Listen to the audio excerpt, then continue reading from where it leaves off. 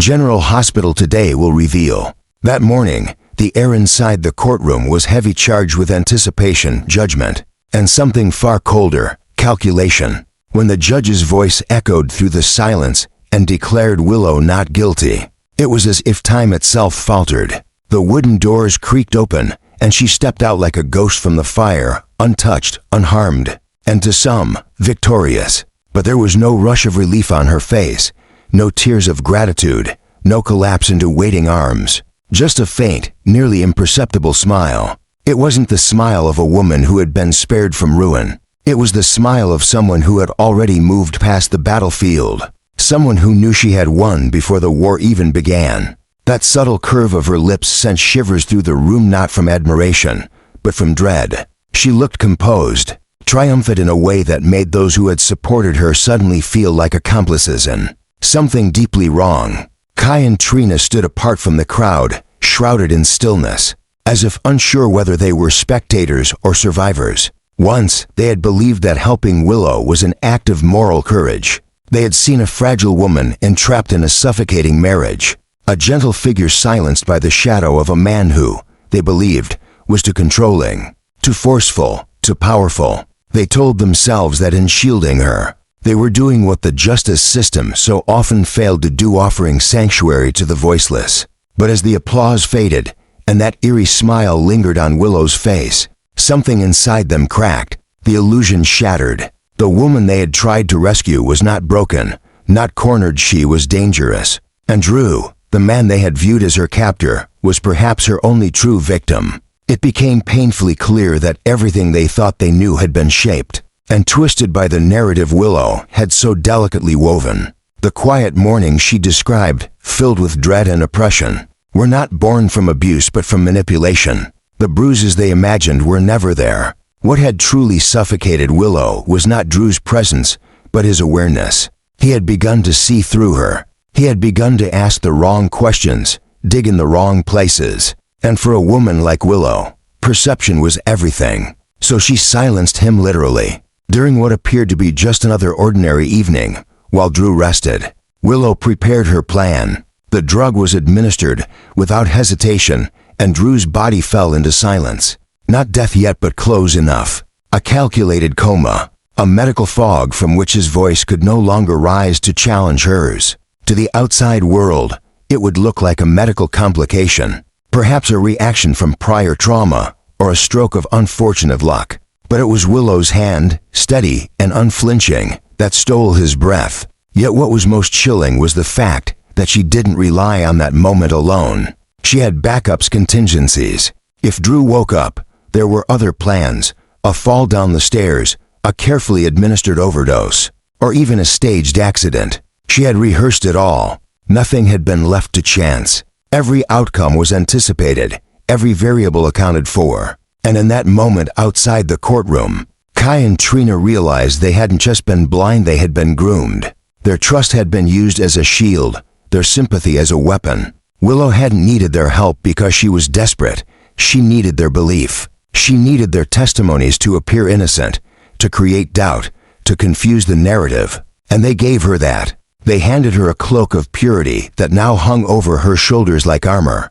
Kai's stomach churned with the realization that his silence, his support, had been currency in a transaction he didn't even know he'd entered. Trina's hands trembled as she recalled how many times she had defended Willow, even against her own gut instinct. And Willow? She walked down the steps of the courthouse into the winter light, expression untouched by the gravity of what had transpired.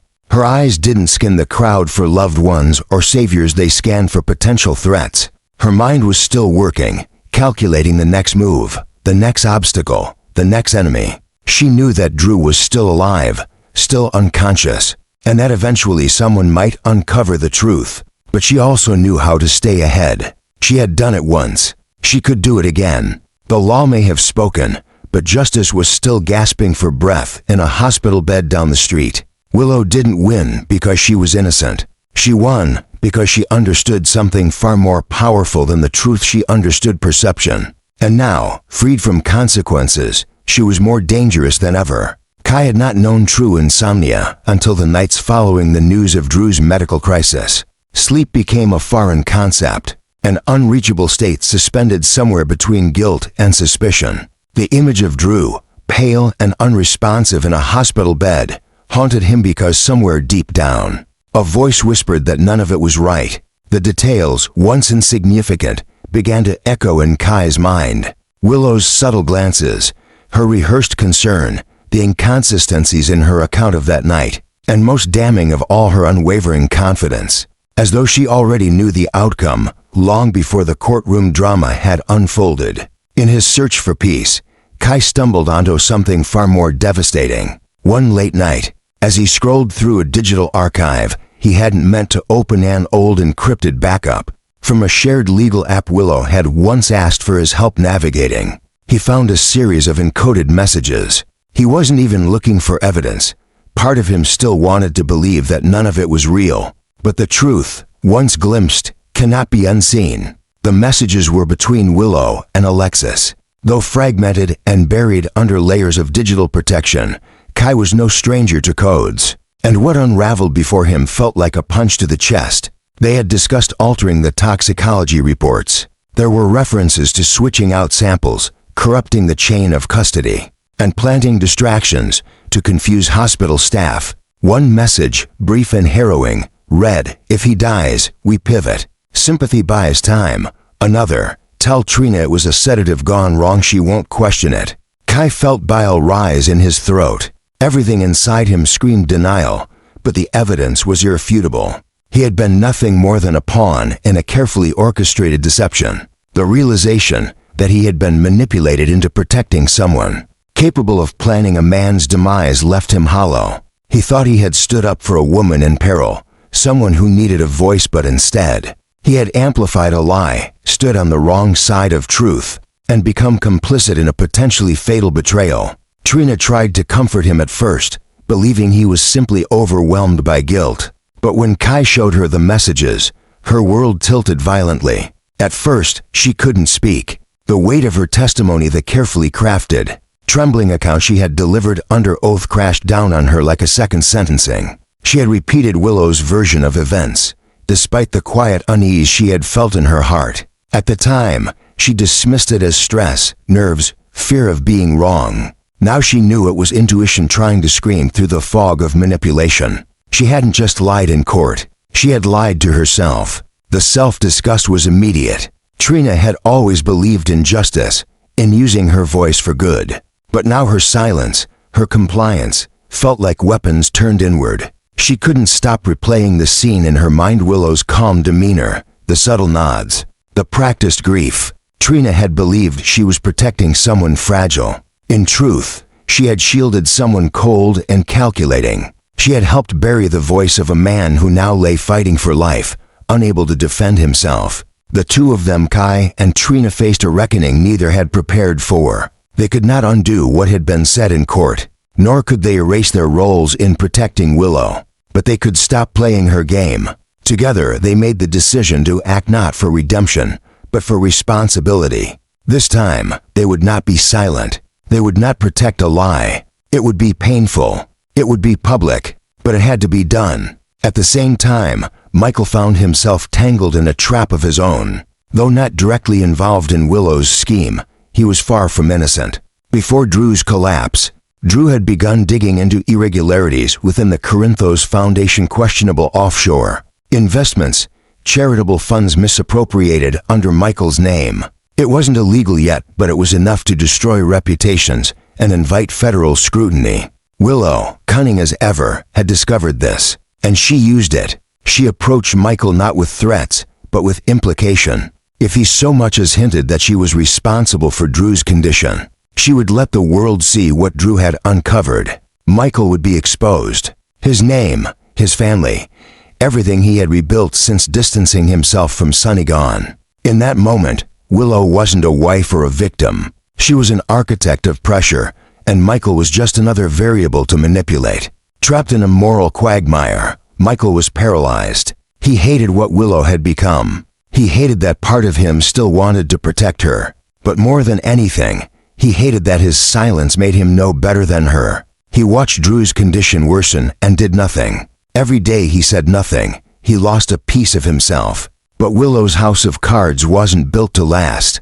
The moment Kai handed over the messages to the authorities, everything shifted. The court reopened the investigation. Alexis was subpoenaed. Evidence was re-examined. Suddenly, the airtight alibi cracked open, and the rotten side was undeniable. News outlets erupted with headlines. The former district attorney in conspiracy with her client. The beloved widow now exposed as the silent poisoner. Michael was summoned for questioning. Trina came forward with a revised statement. And Kai, once Willow's greatest defender, stood before the police not with fear, but with clarity. The truth was a storm, but for the first time in weeks, he could breathe. And in a sterile hospital room down the hall, Drew stirred. A flicker of movement in his fingers, a twitch in his brow, proof that consciousness might return, proof that the truth might speak for itself. And perhaps, when that day came, it would be the final blow to the carefully spun illusion Willow had crafted so well.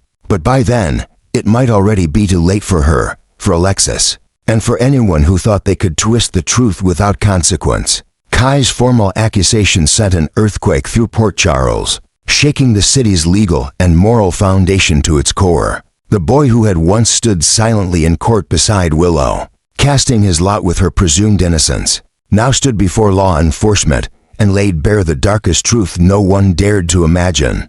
But this wasn't a vague confession, nor a hesitant backpedal of past choices. Kai brought proof concrete, undeniable, and damning. He presented a digital archive of encrypted messages between Willow and Alexis, meticulous logs of their covert conversations where they plotted misdirection, tampered with forensic evidence, and prepared for the possibility that Drew might not survive. What sealed the horror, however, was not the messages alone. It was the footage from a hidden surveillance camera that Drew had discreetly installed in his home months prior, an insurance policy of sorts. Perhaps motivated by quiet suspicion, the truth unspooled frame by frame in chilling clarity. The video showed Willow calmly approaching Drew as he lay unconscious. She was steady, emotionless, carrying a syringe in her hand. The injection was precise, practiced. She leaned down afterward and whispered something inaudible into Drew's ear, her lips barely moving. Forensic technicians later enhanced the audio. Her words were, "I'm sorry you didn't see it coming." Then she stood, smoothed the wrinkles from her sleeve, and walked away as if nothing had happened. The footage stunned everyone who saw it. There was no ambiguity, no way to spin the narrative. What had once been a mystery, what some had called a medical tragedy, or a post-traumatic complication, was now exposed as a cold, calculated act. Trina, following Kai's lead, came forward as well. Her voice trembled but did not falter as she recounted how she had been manipulated into lying on the witness stand, repeating a story Willow had fed her under the guise of desperation. Trina took full responsibility for her actions, refusing to hide behind youth or fear. She stood beside Kai not to be absolved, but to do what was right for Drew, for justice, and for herself. The fallout was immediate and brutal. Alexis Davis, once a towering figure in Port Charles' legal community, was arrested at her own law office. The arrest sent shockwaves through the city's political and professional elite. Cameras captured her being led away in handcuffs, her expression dazed, not defiant. She had built a career on advocacy, reform, and integrity, but now the public watched in silence as the image of Port Charles' moral compass cracked in real time. Her colleagues looked on, stunned and disillusioned, whispering questions no one dared answer aloud. How could someone so principled fall so far? But nothing compared to the moment Willow was arrested. She was found in her bedroom, seated at her vanity as the morning light spilled across the floor. She was writing in her journal, pen gliding smoothly across the page, as if she were composing the final chapter of a novel only she understood. When the officers entered, she did not flinch. She placed her pen down, closed the leather-bound book, and calmly turned toward the sound of footsteps. The click of the handcuffs echoed like a metronome in the stillness of the room. She didn't resist, didn't ask why. Her expression was serene, and when the cameras outside her home captured her being escorted to the waiting vehicle, she didn't hide her face. She looked directly into the lens and offered the world a slow, chilling smile, one that suggested not remorse, but readiness. as if this next stage had already been accounted for in her grand design. Port Charles was paralyzed. Jason Morgan, upon hearing the news, erupted in quiet fury. Drew was not just a friend, not just a comrade from the past, he was family. Jason had put his life on the line more times than he could count, and now he found himself nearly losing the only brother he had left. The knowledge that Drew's condition had not been an accident, but the result of a woman's calculated malice turned Jason's anger inward. A storm of guilt and rage at not having seen it sooner. Elizabeth and Lucas, who had been on rotation caring for Drew at the hospital, were shattered. Elizabeth, who had once comforted Willow in the hospital corridors, felt her faith in people corrode. Lucas, a doctor trained to save lives, could not comprehend how someone he trusted could so easily endanger one. They stood over Drew's still body that night in silence, watching the rise and fall of his chest, knowing now that each breath was a small miracle defying a woman's intent to extinguish it. Ava Jerome held Trina close when the girl finally broke. All the strength Trina had clung to crumbled in her arms. The guilt, the shame, the fear, all of it poured out in sobs that shook her frame. Ava, for once, said nothing. She didn't try to reason it away or offer cold comfort. She simply held her, fiercely and protectively, as if shielding her from the weight of a world that had become too cruel to fast. Stella Henry sat beside Kai in the waiting room outside the precinct, her hand quietly covering his. She didn't speak either. She didn't need to. Sometimes the most powerful thing one could offer was not advice, but presence. Kai, exhausted beyond words, leaned back in the chair, staring at the ceiling as tears gathered in his eyes. He didn't cry, not yet, but the weight pressing on his chest made every breath feel borrowed. The city had changed overnight. Trust had been betrayed. Icons had fallen, and a man still hovered between life and death while the woman who had tried to silence him smiled into the cameras with the poise of someone who had never truly feared consequence. But the game had shifted. The veil had lifted, and Port Charles, wounded but awakened, was finally beginning to see the monsters who wore the softest smiles. At the press conference the next morning, the atmosphere was electric with anticipation. Reporters jostled for position, microphones were hoisted into the air, and camera shutters clicked in relentless succession. The district attorney, with a grave expression etched deeply into his face, approached the podium flanked by two assistants, each carrying sealed folders. What followed was not speculation or cautious wording, it was direct, decisive, and final. The charges against Willow Kane had been formally filed: attempted murder, obstruction of justice, evidentiary tampering, and conspiracy to commit legal fraud in collaboration with Alexis Davis. The revelation hit Port Charles like a shockwave, not merely for the severity of the charges, but for the implication that two of the city's most trusted women had not only conspired to commit a crime, but had weaponized the justice system to cover it up. The DA confirmed that the evidence presented was indisputable and overwhelming, including video surveillance, digital messages, and recorded conversations that pointed not only to intent, but to premeditation. The room grew colder with every word. Alexis, once the city's loudest advocate for justice, now faced the very real possibility of being disbarred. Stripped of every ounce of authority she had once wielded, her future in law was no longer uncertain, it was hanging by a thread soaked in betrayal and arrogance. As the district attorney closed his statement, he made it clear the law had been manipulated from within, and that breach would be met with the full force of accountability. Meanwhile, at General Hospital, a very different kind of silence settled in room 3B, where Drew Kane remained unconscious. The machines continued their rhythmic pulses, marking time in beeps and digital flickers. His heart was still beating, a fragile, persistent drum signaling his refusal to surrender. Though his body had not yet awoken, his presence lingered in the air, undeniable and haunting. In that room, seated in a chair near the foot of the bed, was Michael Corinthos. He wasn't there to speak. Words had long since failed him. He was there for something deeper: atonement, or at least a confrontation with the consequences of his silence. Michael stared at Drew, the man who had trusted him, protected him, treated him like a brother. And what had he done in return? He had stood still while Willow spun her lies. He had turned a blind eye to inconsistencies, suppressed the sick feeling in his gut and pretended not to notice the shifts in her behavior. Part of him had wanted to believe it was just stress, that maybe Willow was acting out of trauma. But deep down, he knew better. And now, if Drew opened his eyes, if he lived to see the world again, Michael would be the first person he'd have to face. It wouldn't be a courtroom or a jail cell that scared Michael most. It was the thought of Drew looking at him with that quiet, crushing disappointment, the kind of look that said, "You let me down when I needed you most." And somewhere, far from the cameras and press, hidden deep within the hospital's forgotten corridors, another figure moved through the shadows. The hallway was dim, tucked behind radiology and old storage units, where few ever wandered unless they worked there or knew its secrets. A woman stood alone, barely breathing, her fingers trembling ever so slightly as she pulled out a phone. She opened a draft message never sent, the words glowing back at her in stark simplicity. Plan B. Willow failed. Without a sound, she deleted the message, erasing all traces of what might have been the next move.